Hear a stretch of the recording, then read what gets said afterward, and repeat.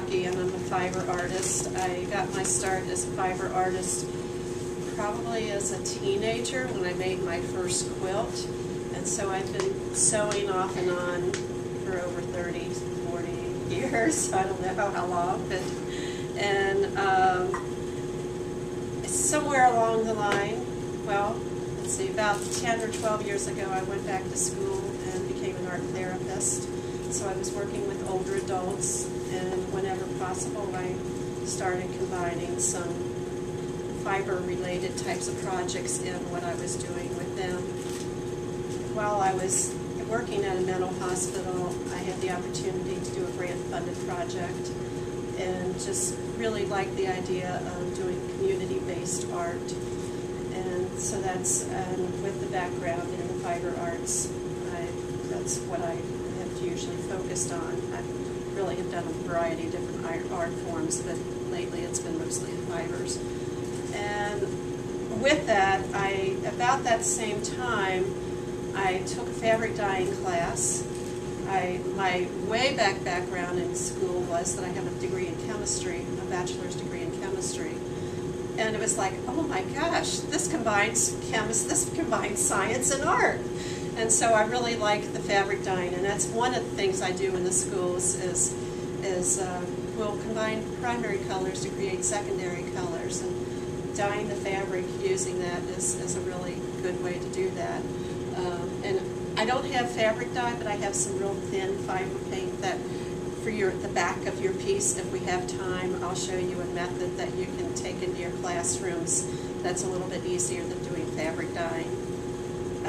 But the main focus of this class is going to be on ways to create print blocks so that the kids, that the students can come up with their own design instead of using pre-made stamps. Come up with something that's personal to them that they can then print on either paper or fabric with their print blocks. And in keeping with this theme of adaptability, I'm going to be showing you a number of different materials that can be used to create print blocks so that you can go from the various simplest methods of making print blocks up to something that's much more professional in nature. So the project that I did with the students this morning, some of you have probably seen the pieces of fabrics laying out. And then I have up here also on the wall, I wanted to tell you about a few of these.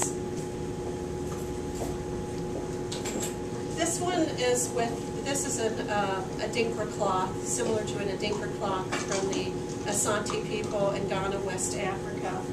And I usually use that as an example when I'm working with students because each symbol has a specific meaning. And so there's that history of how printmaking is being used in other cultures. I have a whole series of about, I don't know, I've probably made 40 or 50 of these print blocks of these Adinkra.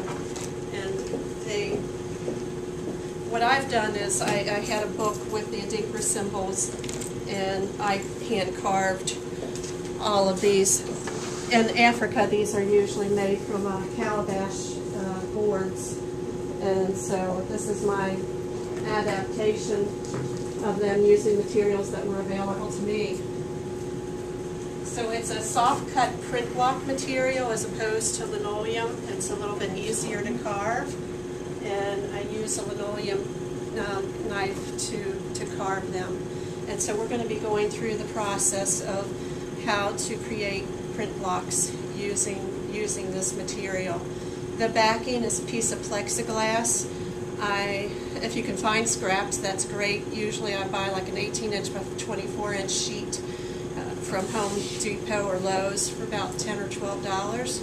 And then I have a scoring knife, and I can cut it and snap it into 3-inch squares. And so from an 18 by 24, I can get, I think, 48 backs for a pretty reasonable price. I've chosen to use, I had a bunch of these big beads, and so I've used those to make the knobs on the back of them.